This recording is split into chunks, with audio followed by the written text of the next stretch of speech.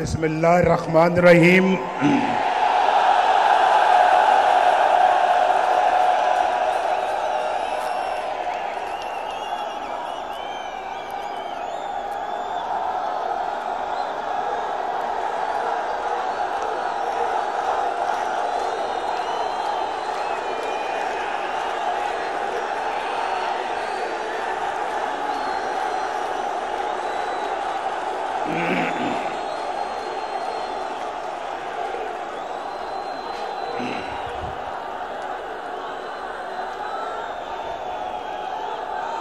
कहां से छेड़ूं फसाना,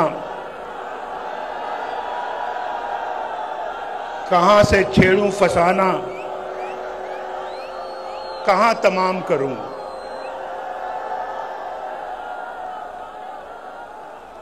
वो मेरी तरफ देखें तो मैं सलाम करूं।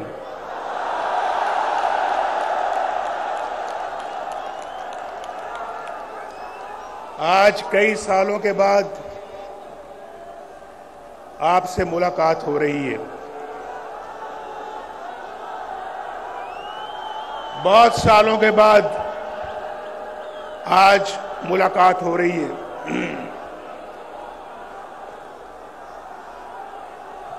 लेकिन आपसे मेरा प्यार का रिश्ता कायम और दायम है। उस रिश्ते में कोई फर्क नहीं आया और वो प्यार, मोहब्बत, वो खुलूस जो मैं आपके चेहरों से देख रहा हूं, जो आपकी आंखों से देख रहा हूं, मुझे उस पे नाज है, नाज।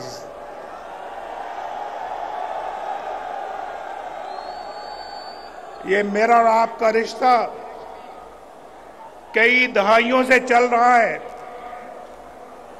और ना आपने कभी मुझे धोखा दिया, ना नवाज शरीफ ने कभी आपको धोखा दिया। जब भी मौका मिला बड़े खुलूस के साथ आपकी खिदमत की। जब भी मौका मिला दिन रात एक करके पाकिस्तान के अवाम के मसाइल हल किए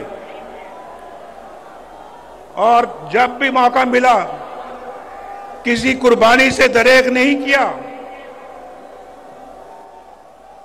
जेलों में मुझे डाला गया,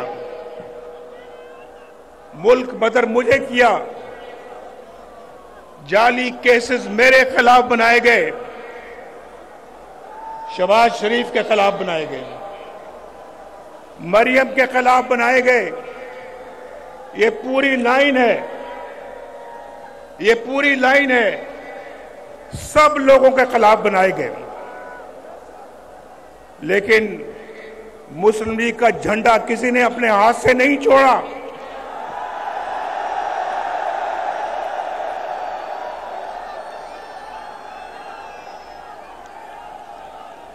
मुझे ये बताएं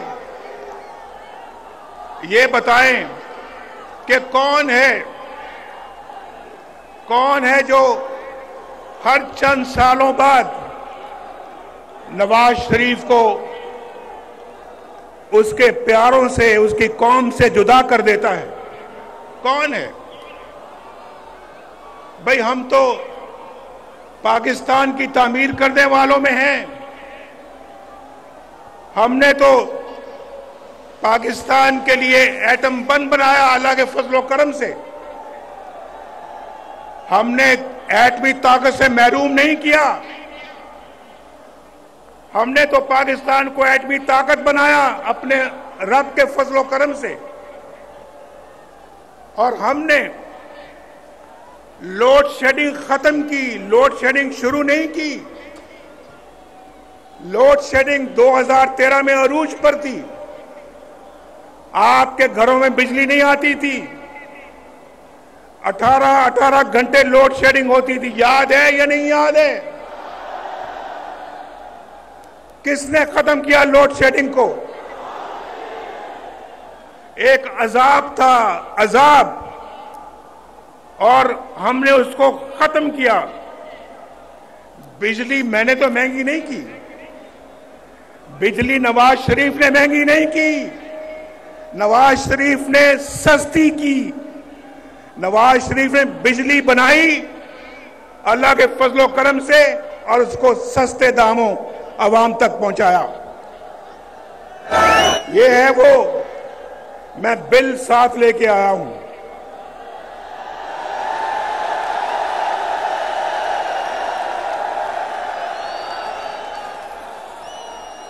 बिल मैं साथ लेके आया हूं और मैं आपको बताना चाहता हूं, एक मिनट सुन ले। मुझे पता आप सुनना चाहते हैं कि आई लव यू टू।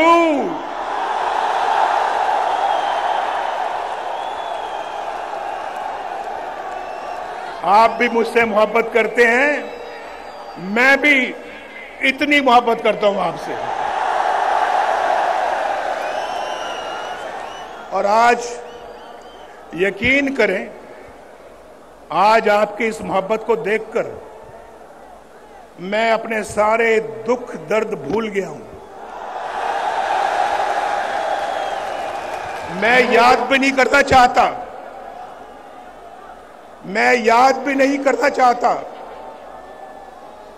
लेकिन मेरे भाइयों, कुछ दुख दर्द ऐसे होते हैं जो इंसान उनको भुला तो नहीं सकता, लेकिन एक तरफ रख सकता है।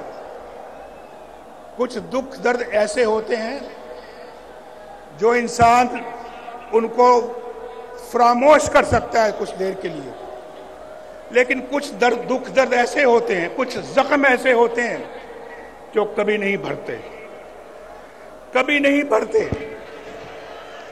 आप जानते हैं, ये जो कारोबार है, जिंदगी के अंदर इंसान की कमाई है, माल है, ये चला जाता है फिर आ जाता है अल्लाह के फजलो करम से।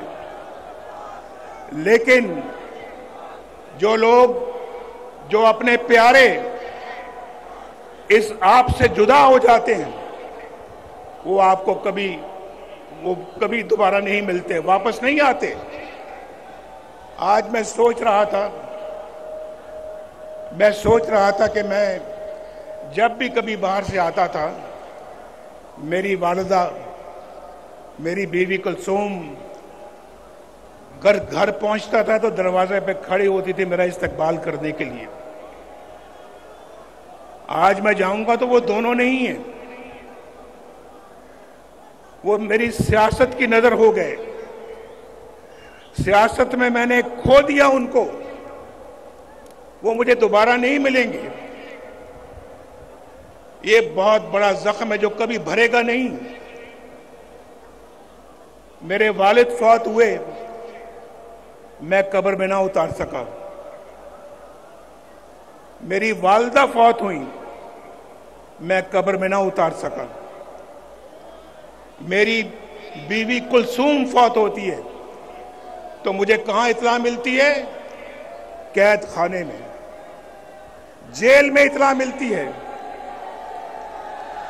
पूछो उस जेल खाने के सुपरिटेंडेंट से पूछो, मैं उसकी मिन्नतें समाजतें करता रहा। देखो, मुझे अभी खबर मिली है, मैं अदालत से आ रहा हूं और वहां तो मुझे किसी ने बात नहीं करने दी, लेकिन ये बताया गया है कि वो दोबारा आईसीयू में चली गई हैं। भाई, आपकी बड़ी मेहरबानी होगी। ये मैं जेल के अंदर की बात कर रहा हूं, अडियाला जेल। वो सुपरिटेंडेंट भी है, शायद वो आज जलसा देख रहा होगा, मेरी गुफ्तगू सुन रहा होगा।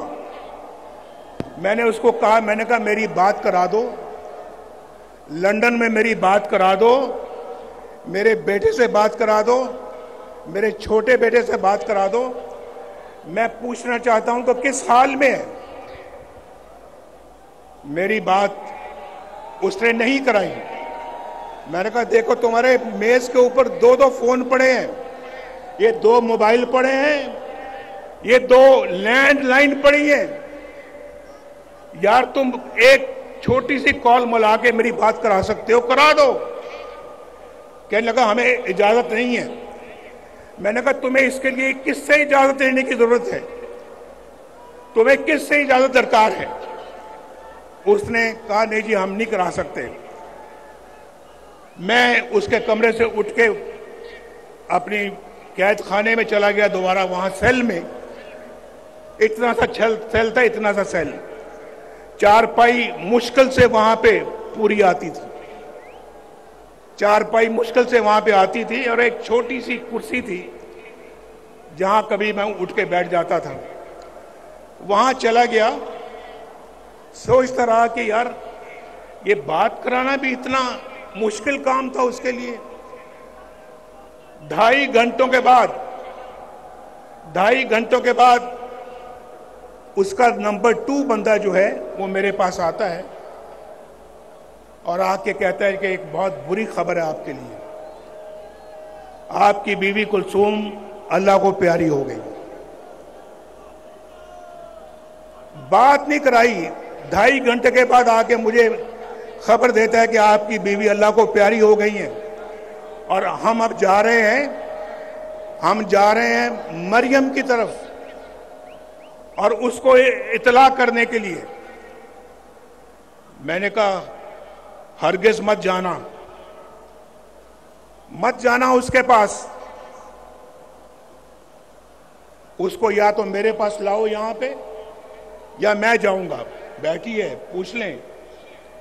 ये खड़ी है यहां पे, इसका सेल कुछ फासले पे था मेरे सेल से, लेकिन हमें मिलने की इजाजत नहीं होती थी। हमारी मुलाकात एक हफ्ते में सिर्फ 1 घंटे के लिए होती थी, 1 हफ्ते में, और पास होके एक हफ्ता हम नहीं मिलते थे। तो कहने लगे, मैंने कहा मुझे साथ ले जाओ। मैं जाके इसको बताया, ये बिल्कुल बेहोश हो गई और मेरे गले लग के रोना शुरू कर दिया। भाई बेटा बैठ, बस। तो मैं ये कहना चाह रहा हूं कि इनको जाके जब बताया तो क्या गुजरी होगी इनके ऊपर, क्या सोचा होगा कि ये हमारा अपना मुल्क है। भाई अपना मुल्क है,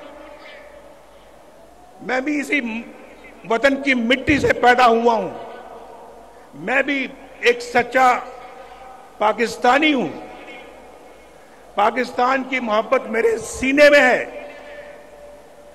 मुझे याद आ रहा है अभी जो शहबाज शरीफ साहब ने बात की, उन्होंने कहा कि क्लिंटन हमें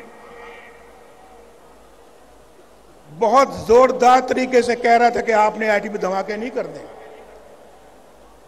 और दुनिया के बाकी लीडर भी रोज मुझे कई लीडरों के फोन आते थे कि आपने धमाका नहीं करना, हिंदुस्तान ने कर दिया लेकिन आपने नहीं करना।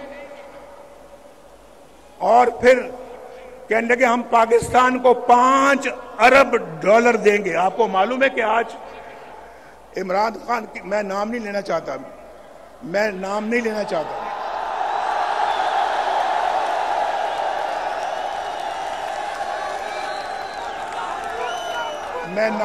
लेना चाहता, मैं वो फर्क मैं मलहूज़े खातिर रखना चाहता हूं जो मेरी ग्रूमिंग, मेरी ट्रेनिंग मुझे सिखाती है। मैं ऐसे माहौल में नहीं पला कि मैं गंदी बातों में टिट फॉर टैट करूं और मैं ईंट का जवाब पत्थर से दूं, मैं ऐसा नहीं करता। क्लिंटन $5 अरब की पेशकश की मुझे, ये रिकॉर्ड की बात है। शायद हमारे वजारत खारजा में, फॉरेन ऑफिस में इसका रिकॉर्ड मौजूद होगा, निकलवा के देख लें। उसने मुझे $5 अरब की पेशकश की थी या नहीं की थी। ये 1999 की बात है, आज 23-24 साल हो चुके हैं इसको। 5 अरब, आज तो $1 अरब पिछली हुकूमत के लोग मांग रहे थे ना, 1-1 अरब डॉलर की भीख मांगते थे, उस वक्त 5 अरब डॉलर। और मुझे कह रहा था कि पाकिस्तान के लिए देना चाहते हैं, शायद कोई अगर मैं खुद लेने वाला होता तो 1-2 अरब मुझे भी मिल जाते। वो मुझे भी 1-2 अरब कहता कि आप भी ले लें, धमाके ना करें। लेकिन भाइयों, जिस मिट्टी की मैं अभी बात कर रहा हूं, पाकिस्तान की मिट्टी से मैं पैदा हुआ हूं। उस मिट्टी और उस जमीर ने मुझे इजाजत नहीं दी कि मैं वो उसकी बात मानूं जो पाकिस्तान के मफाद के खिलाफ हो। दुनिया का ताकतवर तरीन सदर मुझे कह रहा है कि धमाके ना करना। हमने धमाके किए और इंडिया का जवाब ठीक ठाक तरीके से दिया हमने एटमी धमाकों का। आप मुझे बताएं, मेरी जगह कोई और होता, आप जानते हैं कि कौन होता।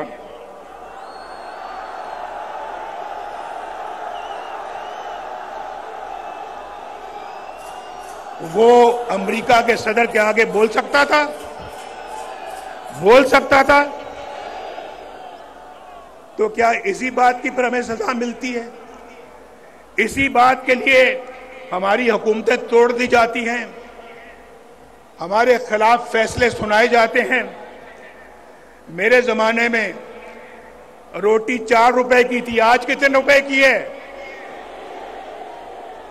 बताओ? आज तो पूरे पाकिस्तान से आप सब लोग आए हुए हो। कोई कोयटा से आया है, कोई चागी से आया है, कोई सिंध से आया है, कोई सूबा केपी से आया है, खैबर से, कोई पंजाब के दूर दराज इलाके से आया है और कोई गिलगित बल्तिस्तान से आया है। ये देखा, बोल पड़े हैं, बोल रहे हैं बीच में। और कोई आजाद कश्मीर से आया है। ये आजाद कश्मीर के झंडे भी मैं देख रहा हूं। आप सबको मेरा खसूसी सलाम है, सलाम। वहां रोटी का क्या रेट है बताओ? रोटी कितने की मिलती है? 20 रुपए की। मेरे जमाने में कितने की थी? 4 रुपए की। इसलिए मुझे निकाला, इसलिए मेरी छुट्टी कराई, इसलिए कि जनाब नवाज शरीफ जो है वो उसने अपने बेटे से तनख्वाह नहीं ली, लिहाजा फारिग वजारत उज़्मा से खारिज कर दिया। ये कहां का फैसला है यार? क्या फैसला है ये? आप पाकिस्तानी कौम हो, बताओ आप इस फैसले से इत्तेफाक करते हो? और फिर मुल्क का ये हाल हो गया। मुल्क आज बर्बादियों की हद तक चला गया, बर्बादियों की हद को छूकर अब वापस आएगा इंशाअल्लाह, वापस आएगा, लाएंगे वापस इंशाअल्लाह इसको हम।